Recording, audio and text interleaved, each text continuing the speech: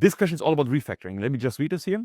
What happens when the integral infrastructure of a project you modeled with data vault changes? So that means essentially, what if the data changes, for example? What if the whole source system changes? What if the structure of a source table changes, and so on? Do you keep your current models and append changes, or does the data vault change along with it? Now, you have a couple of options. So let's start simple. Let's say in your source table, a new column shows up or gets removed or something.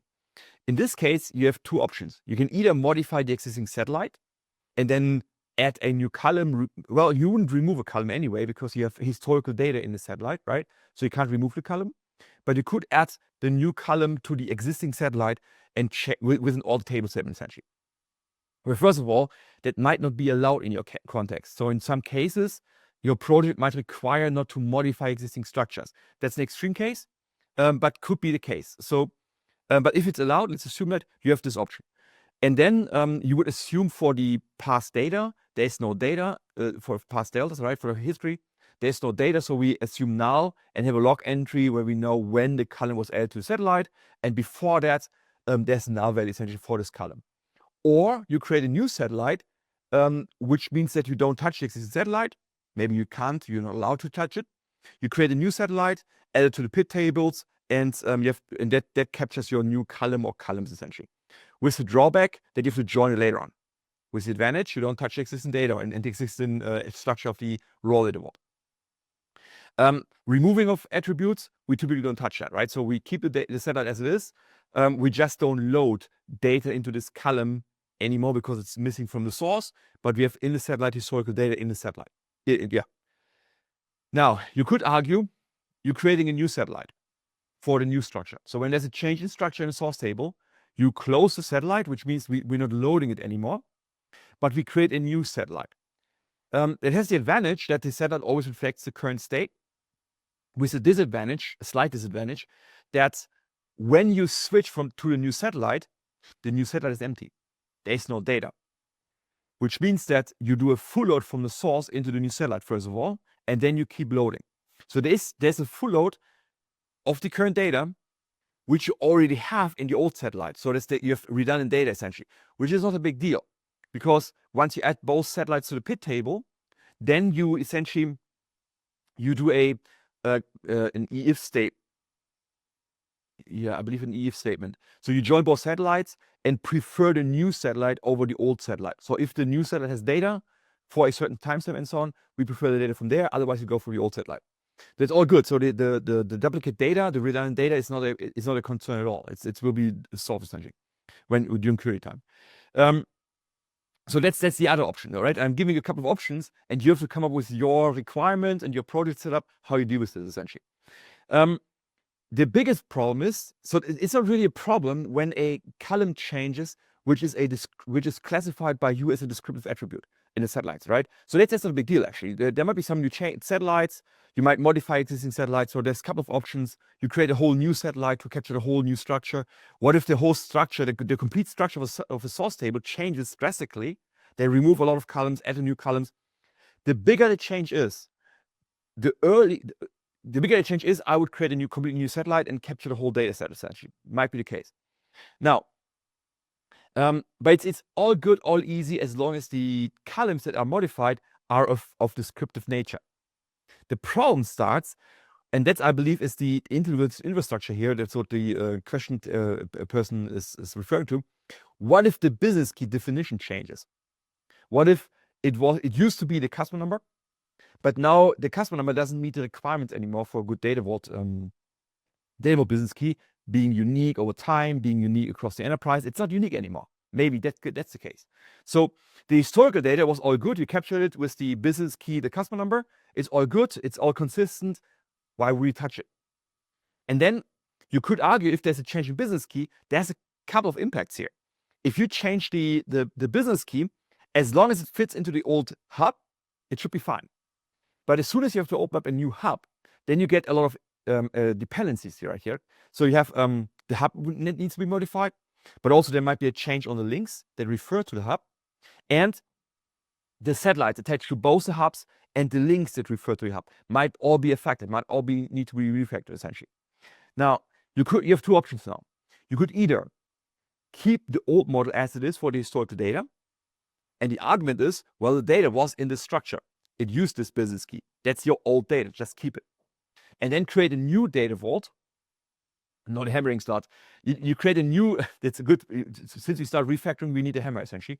So we start a new data vault model for the new data in a new structure, because the structure apparently changes and the new structure is reflected by the new raw data vault. There's an old version and a new version essentially.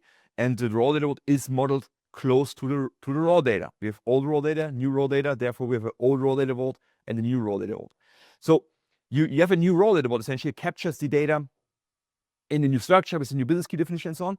And then in the business vault, you define a business logic that says, okay, how do we combine the old historical data with the new data structures? How do we combine this? That's a business rule, because it might be simple, but it might be also relatively complicated. So you could argue easily to don't touch the raw data vault that you have and just create a new raw data vault and combine it in business vault. That's very close to the raw data perspective. But you could also argue we're restructuring the data. We're essentially modifying the raw data vault that we have, changing maybe not just the satellites, maybe the business keys in the hubs, maybe the hub structure itself, maybe the links that refer to the hubs and so on. Just change a lot. The thing is this, in data vault, the idea is that as long as your raw data vault is valid, we can derive any target model from that. And that typically refers to a star schema for reporting, maybe a snowflake schema and so on, right? So, but what about this? What about a new, better raw data vault? We can derive any target model from your existing raw data vault as long as it's valid. Even a different raw data vault, the new one, for example. So we could argue to refactor the model into the new version and then even keep, the thing is, you want to get rid of the old structures, right? So because they consume storage. So you could drop these tables. Well, you want to make sure that you can reconstruct every delivery from the new raw data vault, even the old deliveries, right? Without loss of data, to make sure you're consistent, that the new raw data vault is still valid. And then you could argue, well, we can, as long as it's valid, we can derive any target structure from the new raw data vault as well. What about the old one? What if we derive the old structures from the new structures as a view? So we drop the old tables, create a view essentially for the old table, for the old entities that reflect the structure of the old structures, right? So to have a backward compatible interface to run queries against that, right? That's the basic idea. So that's even possible as well. And with that, I can limit the impact of the on the query side essentially. The only problem is if you drop these old tables, if you get rid of the old historical data essentially, you must make sure you can reconstruct the old structures from the new structures without any data loss, right? That's the important piece here. Otherwise, you have an issue essentially. So that's all possible. That's all what we do actually in these projects. But yeah, the biggest change if the hub structure changes, then you have an impact on the model, on the satellites, on the links referring to the hub, and the satellites attached to those links. So there is an impact. So here's the thing: what my preference is. I often keep the historical data in the old structures with this clear argument.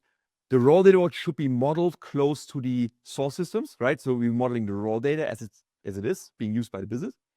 And because the business had a old structure in the past and a new structure in the future, well, if you want to model close to the raw data as the business is using it, that deserves two different raw data vaults to some extent. So I keep that. I keep two different raw data vaults essentially, one for the old, one for the new version. And then in the business vault, I implement the business logic to combine the historical data and the new data, because it might be a bit more complicated. What if the definition of a field changed, and now you have to, let's say, the address field change from a German address with a street name, maybe house number, 5 digits, Postleitzahl, the zip code, and city name, and so on. And now you have a memo field, and you have to break this down. But the memo field could also contain US addresses and so on. So it might be a bit more complicated how you break this down with some conditional logic and so on, right?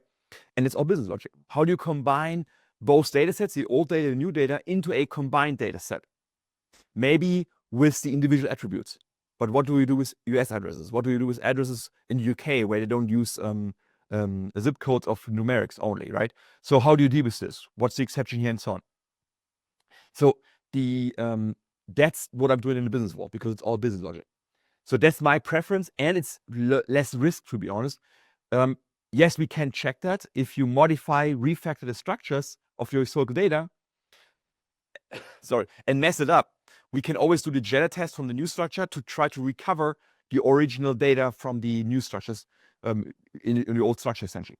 That all works, but you have to do it, right? So you have to perform the jitter test to check if the new structures can be used to reconstruct the old historical data. If you don't do that, you face the risk.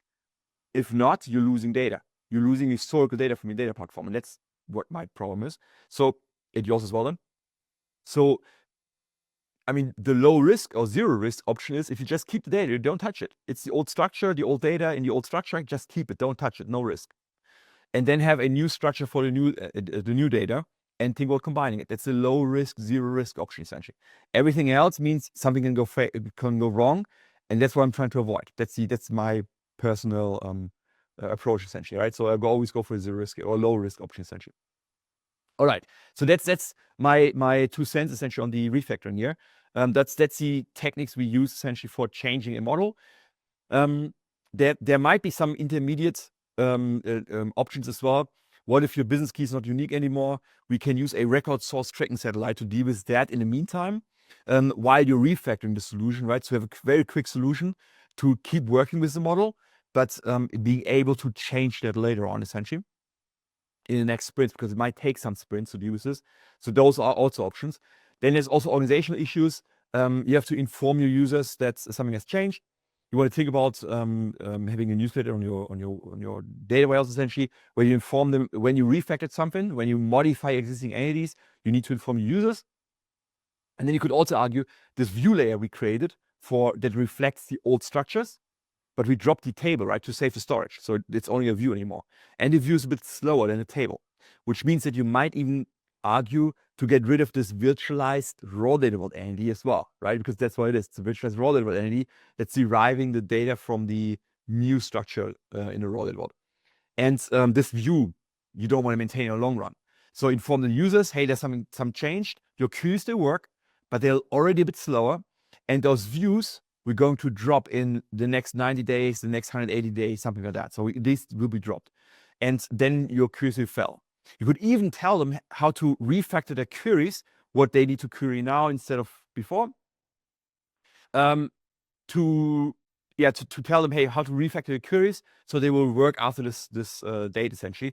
Well, guess what happens? When you drop these views, people will complain because nobody's reading your emails. But that's another problem, right? So that's we can't. That's what it is. And free handbook. You know that drill already. So if you want to get a free copy of the handbook here, it's a very good introduction, either as a hard copy or as a visual copy. It's a good introduction, essentially. Thanks for joining. Have a nice weekend, guys, and see you next Friday. Thank you, guys. Bye-bye.